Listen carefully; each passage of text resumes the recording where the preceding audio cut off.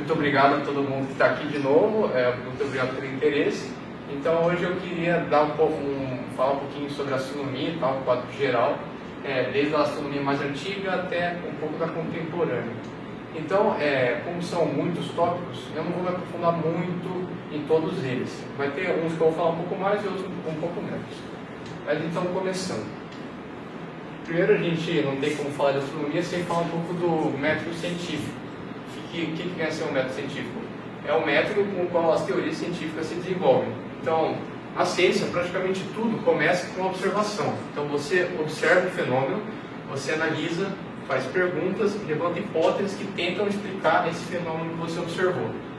E caso, depois você parte do experimento, e caso as suas observações, suas perguntas e possíveis explicações que você levantou não concordem com o experimento, você descarta esses levantamentos que você fez e testa uma coisa nova, e tenta alguma coisa nova, até que essa sua experimentação concorde com as suas previsões. A partir daí, você então pode partir para a análise e chegar à conclusão.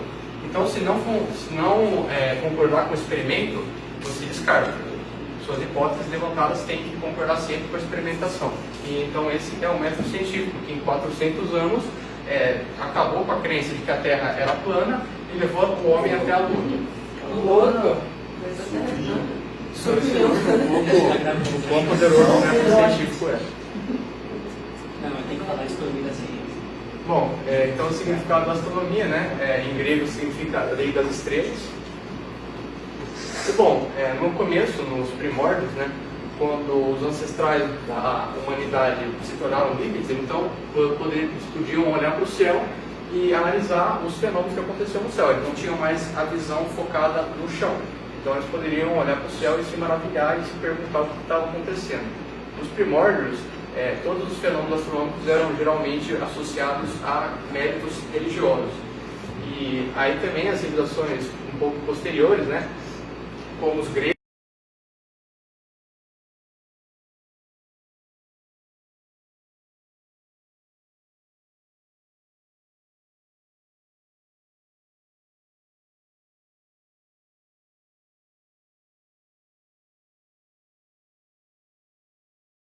calendário maia, asteca, baseado então na astronomia antiga, e então com o método científico ela foi se desenvolvendo até como a gente conhece ela hoje.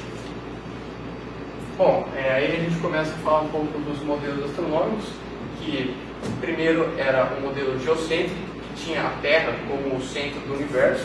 Então era uma visão que até a Igreja Católica tinha como a verdade, como o centro, que a Terra era o centro de tudo, e que a humanidade era única. Então, tudo girava em torno da Terra, porque a Terra era o centro.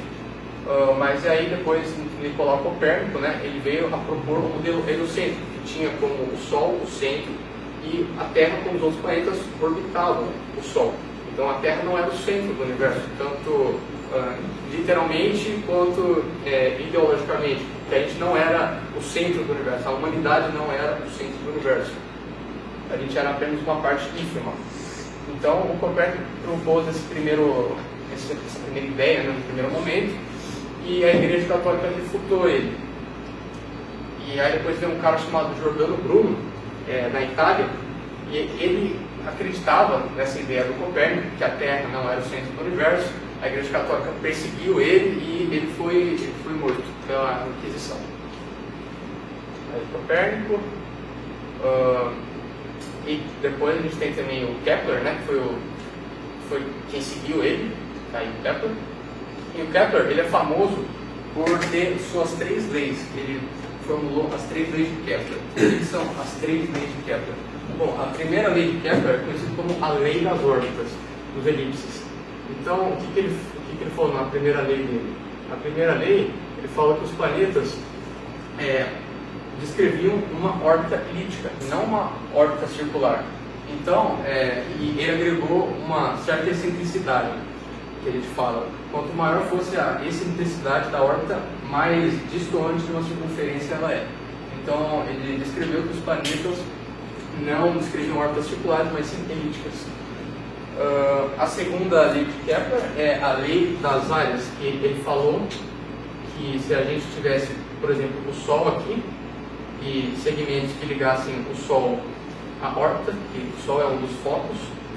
Então, em intervalos de tempo iguais, áreas varridas por esses segmentos aqui, ó, eram iguais. Então, áreas iguais em intervalos de tempo iguais. Então, é isso que a segunda lei dele descrevia. E a terceira lei de Kepler, ele relacionou que o quadrado do período orbital dos planetas dividido pelo cubo do raio de órbita é igual a uma constante. E ele chegou à conclusão que essa constante era dada por 4π², a sua análise de curiosidade, vezes dividido pela constante da gravitação universal, vezes a massa do corpo central. Bom, e isso aqui vai ser uma constante e vai depender somente do corpo central do sistema, no caso do Sol.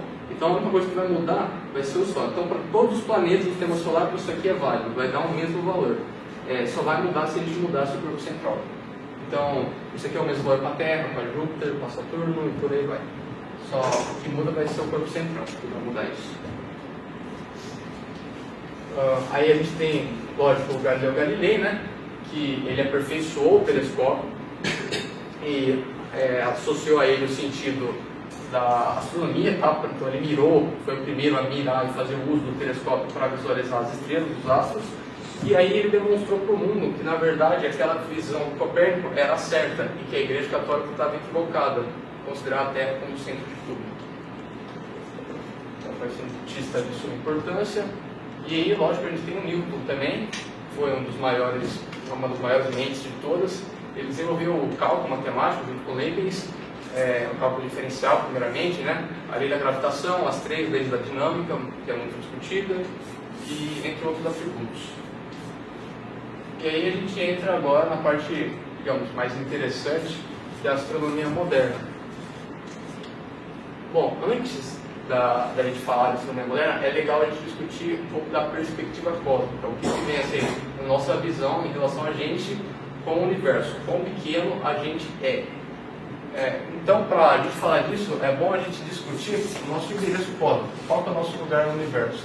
Bom, nosso endereço cósmico, primeiramente, a nível mais local, né, Terra, aí depois o Sistema Solar, a Via Láctea, que é a nossa galáxia, o grupo local, que hoje eu vou falar um pouquinho também, o superaglomerado de Virgem e o universo observável. Eu vou falar um pouquinho de cada um desses.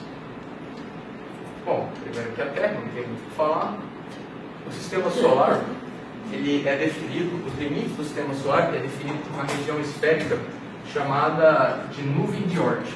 Então, a nuvem de Oort define o limite do Sistema Solar e ela é marcada por diversos planetesimais, que são planetas embrionários, por assim dizer, que não chegaram a formar planetas.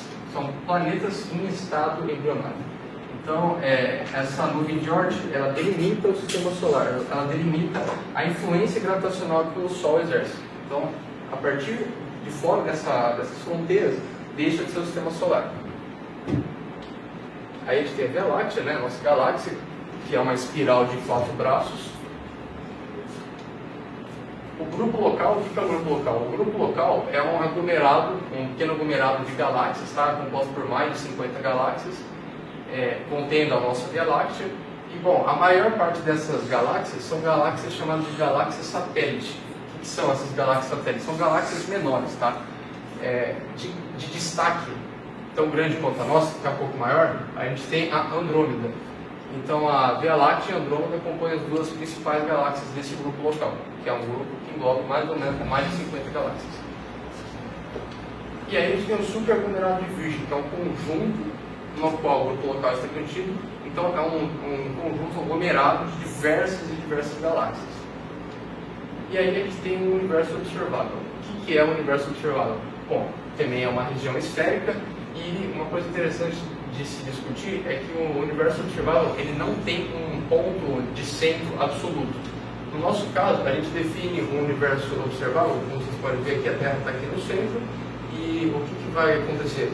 Bom, a delimitação do nosso universo observável para a gente vai ser da onde a luz conseguiu chegar, porque nos 13,8 bilhões de anos do universo, tem regiões que a luz ainda não conseguiu alcançar a gente.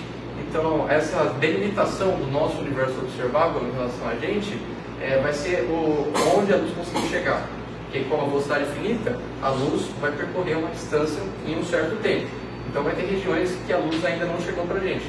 Então essa é a delimitação do nosso universo observável. E o que eu quero dizer com não tem um ponto central, uma coisa absoluta? Bom, vamos supor, num ponto aqui, o universo observável vai ser outro, porque você centra o universo observável aqui como centro, então a luz daqui, por exemplo, vai ter chegado mais rapidamente aqui, você vai ter uma inclinação para essa região. Deu para entender? Então, tem esse ponto não absoluto aí. E aqui eu montei um videozinho para demonstrar um pouco essa ideia de quão pequeno a gente é referente ao cosmos. Para não destoar um pouquinho do filme, que eu botei até uma musiquinha bem da hora só para dar um clímax. eu não vou falar no primeiro momento, mas depois eu vou contar algumas coisinhas interessantes. Peraí, sem som não dá, né? Sim, né? Cadê a musiquinha?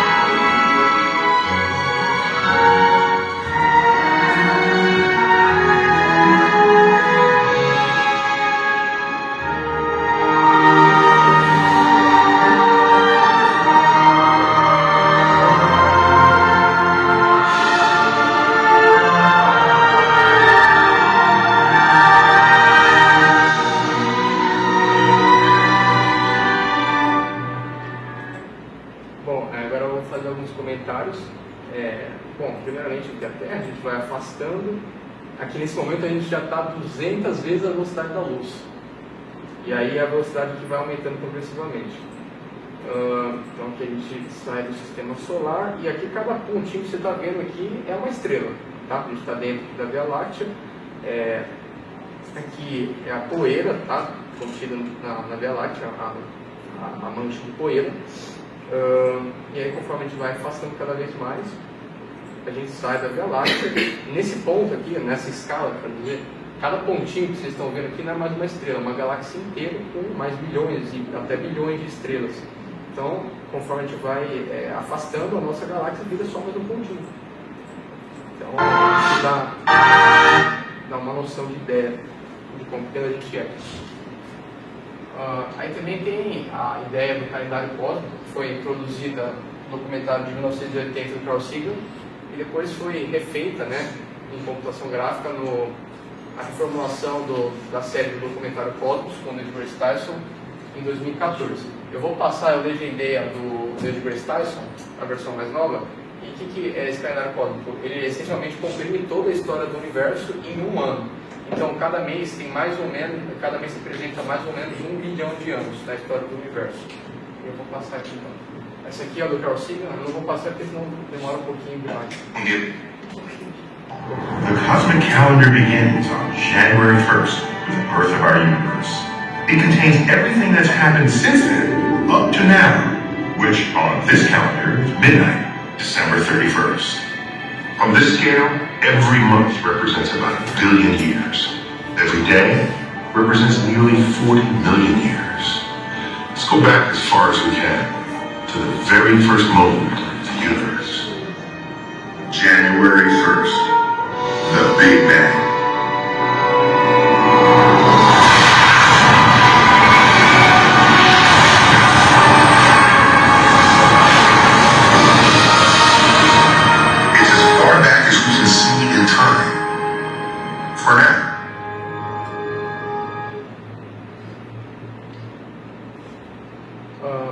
o calendário cósmico é isso, é bem interessante, bem curioso, e na série Cosmos ele aparece diversas outras vezes.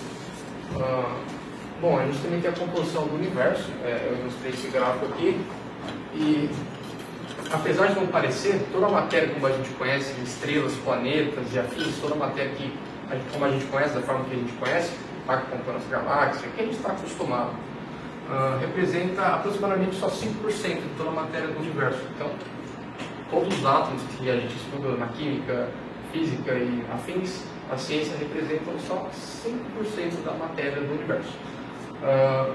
Aí depois 25% fica aí para a matéria escura. O que é a matéria escura? A matéria escura é um tipo de matéria que não interage, então a gente não consegue detectar, tá?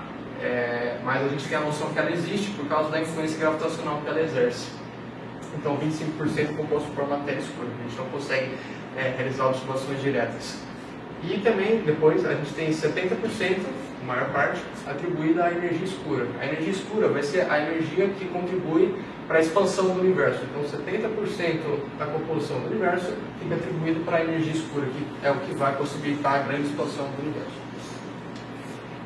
Aí os objetos de estudo na astronomia e astrofísica, os principais deles. A gente começa com as galáxias, que são classificadas em diversos tipos. Nessa classificação a gente pode falar de forma mais generalizada que existem 4 tipos. Tem as espirais, aqui no caso a gente tem uma de 4 braços, como no caso da Via Láctea, tá? 4 braços espirais. A gente tem as elípticas, que elas são marcadas por possuírem muitas estrelas velhas, muito antigas. Então elas têm esse padrão aqui. A gente tem as irregulares, que é como o próprio nome já diz, apresentam formas irregulares, e a gente tem as lenticulares, que tem essa forma aqui bem peculiar com a poeira nas bordas. Essa aqui é chamada de galáxia do sombreiro, tá? É um tipo de galáxia lenticular. Bom, as galáxias são então aglomerados de matéria, poeira, que organizam diversas estrelas, com um certo volume. A gravidade, força dominante, tá? Que vai regir, então, como no caso do nosso próprio sistema solar, que orbita os braços da Via Láctea, a gente não está parado, a gente está orbitando o centro da Via Láctea em um dos seus braços, e é sabido que eles têm aproximadamente 100 milhões de galáxias em nosso universo. Isso é uma estimativa, tá? Não dá para ter muita noção desse valor, é uma estimativa. E existem também aglomerados de galáxias, como eu tinha mencionado. Bom, eu vou ter que falar um pouquinho da radiação eletromagnética para entrar depois um pouco na lei de Hubble. A radiação eletromagnética, então esse aqui é o clássico espectro eletromagnético. A gente começa aqui nas ondas de meios energéticas, tá? De menor frequência, ondas de rádio, micro-ondas, depois infravermelho, luz visível, ultravioleta, raio-x e raio gama. E aqui vocês podem ver que o comprimento de onda começa grande e depois ele vai encurtando. Bom, e aqui só para vocês terem uma noção, quanto mais avermelhada a luz é, maior é o comprimento de onda dela e menor é a frequência e, portanto, menor é a energia. Então, precisa ter mais ou menos essa noção da ideia para mim poder depois explicar um pouco da lei de Hubble. Bom, aí tem o efeito Doppler, tá? O que vem a ser o efeito Doppler? Bom, quando a gente tem uma fonte emissora em movimento em relação ao observador aqui, como vocês podem notar, no caso da ambulância, conforme ela se aproxima desse observador, esse observador vai perceber um aumento na frequência dessas ondas emitidas. Então essas ondas vão ficar uma frequência maior e com menor comprimento de onda. E para uma fonte que está se afastando de outro observador, esse observador vai perceber um aumento no comprimento de onda e uma diminuição da frequência, como é mostrado aqui. Então esse é o efeito Doppler, basicamente, e aqui é a forma de quantificar o efeito Doppler. E por que eu falei isso? Para mim poder agora falar da lei de Hubble em si. A lei de Hubble, ela define um afastamento das galáxias. O Hubble, que foi um dos principais, um dos mais importantes astrônomos de todos, ele descobriu, né, que as galáxias estavam se afastando da gente. E como é que ele percebeu isso? Ao olhar no espectro emitido pelas galáxias, tá? Então o espectro, eu digo, é isso aqui. Ao olhar no espectro das galáxias, ele percebeu que a luz vinda dessas galáxias possuía um desvio para o vermelho. O que isso quer dizer? Quer dizer que a fonte emissora está se afastando da gente, como a gente percebe aqui, ó. Tá? Então a gente tem um aumento nesse comprimento de onda, conforme visto aqui, comprimentos de onda maiores puxam para o vermelho. Então ele percebeu que essa luz puxada para o vermelho indicava que a fonte emissora, no caso a galáxia, estava se afastando da gente. E de forma análoga, tá? Se a fonte está se aproximando, o comprimento e a frequência vai aumentar. Então a gente vai ter essa noção aqui puxada mais para o azul. E ele percebeu que no caso das galáxias, elas tinham esse desvio para o vermelho, então indicava que elas estavam se afastando da gente. Então a lei de Hubble define o afastamento das galáxias. Bom, aqui do início ao fim, só um pouco trágico, mas de forma parecida, similar ao Big Bang, teorizavam antigamente, tá? Cientistas teorizavam antigamente que ia ter um fenômeno chamado de Big Crunch, que isso define que a força gravitacional das galáxias iria superar a expansão delas, então elas perderiam os paradigmas de se acelerar e elas a gravidade ia começar a puxar elas juntas até elas todas colidirem em um único ponto, como nessa GIF aqui.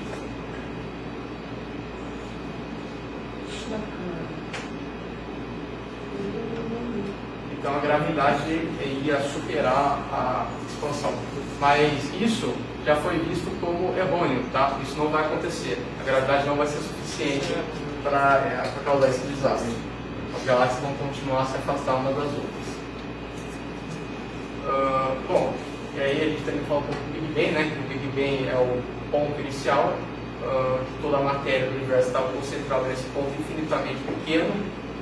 E é interessante definir que o Big Bang ele não aconteceu em um certo ponto no espaço, porque justamente não existia espaço, tá? O Big Bang foi, em termos simples, criando espaço, que não existia antes dele, e também não existia a noção de tempo, tá? E o Big Bang então se deu nesse ponto infinitamente pequeno, chamado de singularidade. O Big Bang é um tipo de singularidade que a gente chama de singularidade nula, porque ele não tem horizonte de eventos, tá? Como o buraco negro, ele não tem horizonte de eventos, porque justamente não tinha espaço, então é chamado de singularidade nula. Bom, aqui é a parte que eu falo que o Big Crunch já foi descartado, tá? Então não há preocupações. Aí a gente também tem a ideia das nebulosas, que na minha opinião pelo menos são os objetos mais maravilhosos e fascinantes do universo, visualmente são os mais bonitos. Bom, são essencialmente nuvens de poeira e são também conhecidos como berços estelares. Eu já vou entrar um pouquinho nisso aqui. E só para vocês terem uma ideia, aqui está a nebulosa de Helix, tá? São diversos tipos de nebulosa. Tem a nebulosa de emissão, nebulosa planetária, como aqui no caso da Helix, e da de Orion. Essa aqui é conhecida como também Olho de Deus, tá? A Helix é conhecida como Olho de Deus. E aqui a gente tem a nebulosa de Orion. Bom, então aqui eu já vou falar um pouquinho mais de nebulosa quando elas entrar no ciclo das estrelas. Mas aqui vendo um quadro geral das estrelas. Elas estão em um constante equilíbrio chamado de equilíbrio hidrostático, que eu também já vou falar um pouco. E existem diversos tipos, 40 tipos de estrelas, que sendo tamanho, brilho, composição, temperatura, né, massa, os fatores que determinam esses tipos. E quando essas estrelas, se elas possuem certa massa, se elas são massivas o suficiente, elas podem explodir ao final de suas vidas em uma supernova ou em uma hipernova. Então, isso aí, essas explosões, essas grandes explosões, marcam o fim da vida dessas estrelas massivas. Bom, o ciclo de vida das estrelas. É interessante saber que o fator predominante que determina o destino de uma estrela é principalmente sua massa. Então, se uma estrela for massiva o suficiente, ela pode terminar sua vida em uma estrela de nêutrons, pode acabar em um buraco negro, um magnetar, um pulsar, né, que são tipos de estrela de nêutron. Então, a massa dela vai definir o destino dela em termos mais simples, mais generalizados. E bom, como é que a gente... Deixa eu pegar um As estrelas são formadas nesses aglomerados de poeira, tá? Então, em nebulosas, em regiões, aqui a gente tem a nebulosa, que são favoráveis para a formação. Então, se a gente tem uma região que está bastante concentrada, bastante densa em elementos leves como hidrogênio, tá? Que vai formar o núcleo dessa estrela. Então, a gente tem uma densidade aqui que possibilita a formação de um núcleo de hidrogênio, e aí esse núcleo vai se aquecendo, mais camadas vão sendo adicionadas, mais hidrogênio vai sendo adicionado em camadas mais externas, e aí a gente tem então posteriormente a formação de uma estrela. quando essa estrela alcançar uma temperatura suficiente em seu núcleo, vai começar um processo chamado de fusão nuclear. A fusão nuclear, ela basicamente pega átomos de hidrogênio, tá, e funde eles, liberando uma grande quantidade de energia. É isso que faz o Sol brilhar, essa fusão. Então, átomos de hidrogênio se fundem, liberando energia e criando um átomo mais pesado. No caso, dois átomos de hidrogênio se fundindo, criam um átomo de hélio. E é por isso que as estrelas também são conhecidas como fornadas cósmicas, tá? São elas que produzem esses elementos mais pesados. O oxigênio que a gente respira, o carbono. Esses elementos mais pesados são feitos aqui nos núcleos das estrelas. É claro que se você pegar elementos mais pesados que o ferro, não é possível ser fundido, porque a energia necessária para fundir esses elementos vai ser muito alta. Então, elementos mais pesados assim não são feitos aqui no interior das estrelas. Mas é por isso que a gente ouve aquela famosa frase do Carl Sagan, que a gente é feito de poeira das estrelas. Tá? Então, as estrelas são essas fornadas cósmicas aí. Deu para entender mais ou menos? Beleza, e aqui a gente tem alguns tipos de estrela, tá? Aqui tem uma estrela de nêutron, o Sol e um pulsar. O pulsar, que é um tipo de estrela de nêutron, aqui a gente está vendo um disco de acreção, que é um disco de poeira que circunda a estrela de nêutrons, tá? E que contribui para a formação desse feixe de radiação emanando dos polos dessa estrela. E bom, aqui a cereja do bolo, né? Os buracos negros. Isso aqui foi feito com um modelo, foi a primeira, digamos, foto de um buraco negro, tá? Feita a partir de simulações computacionais, e cada pontinho representa um pontinho de intensidade luminosa. Então, essa foto não é uma foto, tá? É uma simulação computacional. E foi a primeira noção de buraco negro que a gente teve, assim, mais palpável. Bom, os buracos negros, então, surgem da equação de campo como possíveis soluções da equação de campo da teoria da relatividade geral do Einstein, são resultado das mortes das estrelas, e aqui eu já vou me adentrar um pouquinho mais no processo de equilíbrio hidrostático que eu tinha mencionado. As estrelas, conforme elas fundem elementos aqui no seu núcleo, conforme ocorre o processo de fusão nuclear, a gente tem que esse processo de fusão nuclear cria uma pressão para fora do núcleo. Tá? Então a gente tem essa pressão para fora do núcleo.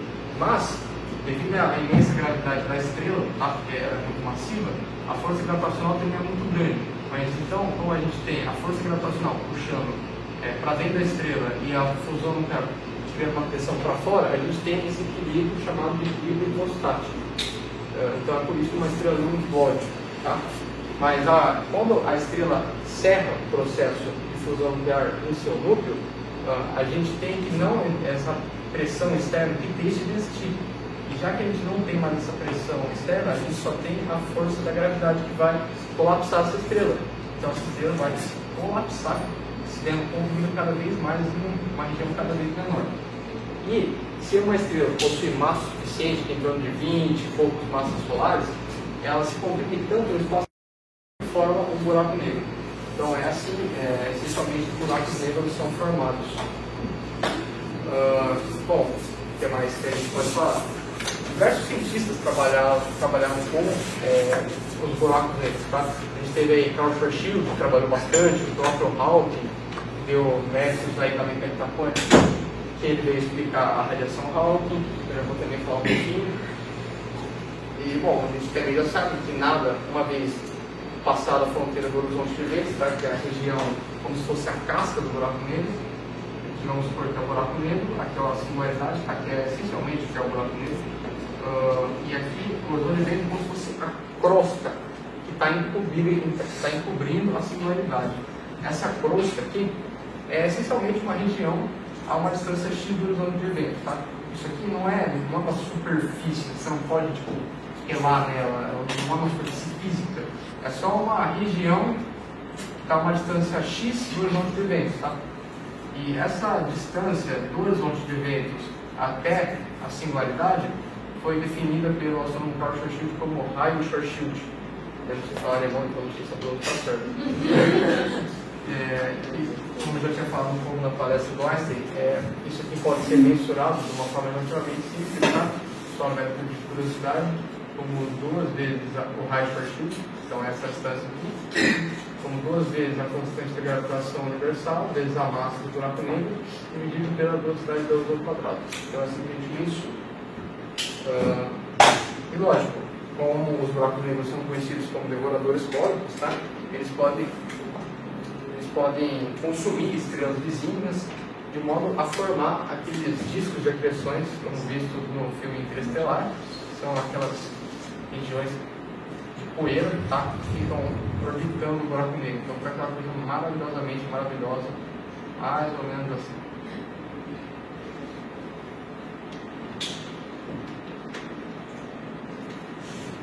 Bom, e agora falando um pouquinho da radiação Hawking, que a gente sabe então que devido à imensa gravidade que o buraco negro exerce, devido a essa imensa atração gravitacional, uma vez que um objeto passa da fronteira do horizonte de eventos, não pode voltar, porque a velocidade de escape seria maior que a da luz. Então, uma vez aqui, já era. Mas o Hawking descobriu que buracos negros emitem um certo tipo de radiação devido a fenômenos quânticos. E como que isso acontece mais ou menos? A gente tem que... Deixa eu pegar o quadro. A gente tem que ter primeiro uma noção de o que são partículas virtuais. Na mecânica quântica, a gente não define o vácuo como a gente conhece ele usualmente. Geralmente a gente define vácuo como ausência de matéria, certo? Mas na mecânica quântica a gente tem pequenas flutuações, o vácuo não está totalmente vazio. A gente tem flutuações de energia, nas quais partículas virtuais aparecem do nada, a partir do nada, e em pares, tá? Em partícula e antipartícula. Esses pares existem por um curto período de tempo e depois eles se aniquilam. Então, a longo prazo, a conservação de energia é obedecida. A curto prazo, não, porque essencialmente a matéria aparecendo do nada e desaparecendo. Mas, como ela desaparece, essa energia roubada é devolvida. Então, a gente não tem essa violação da conservação de energia. Bom, o Hawking então propôs que, se essas partículas virtuais aparecessem nas fronteiras aqui do horizonte de eventos e uma partícula caísse, fosse para dentro do buraco negro, a outra poderia escapar, ela seria passível de escapar.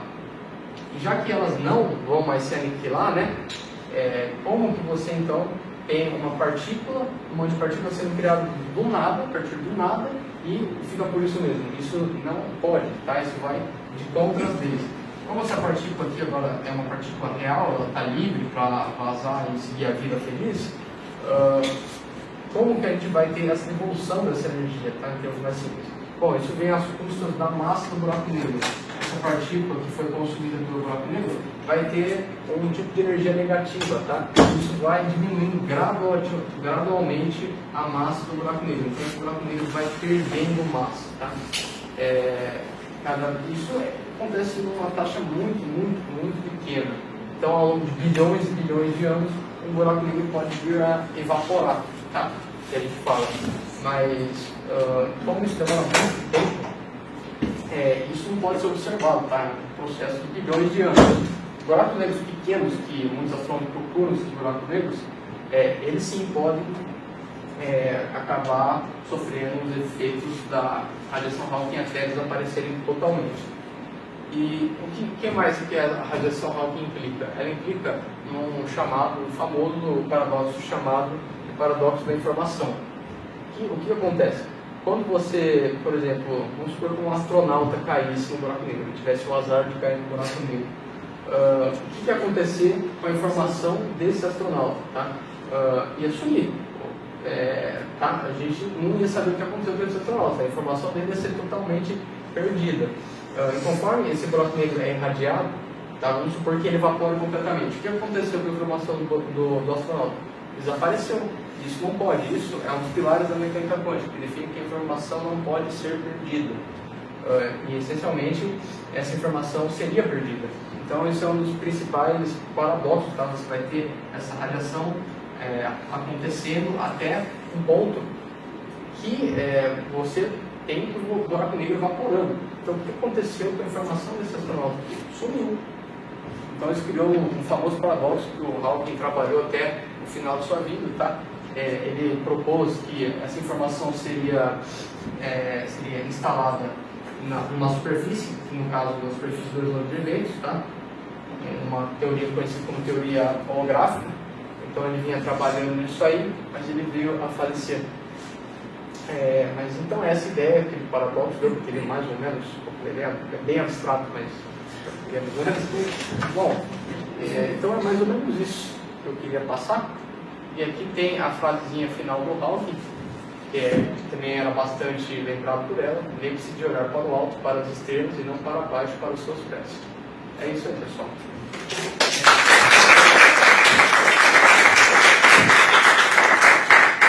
Muito obrigado. Alguma pergunta, curiosidade?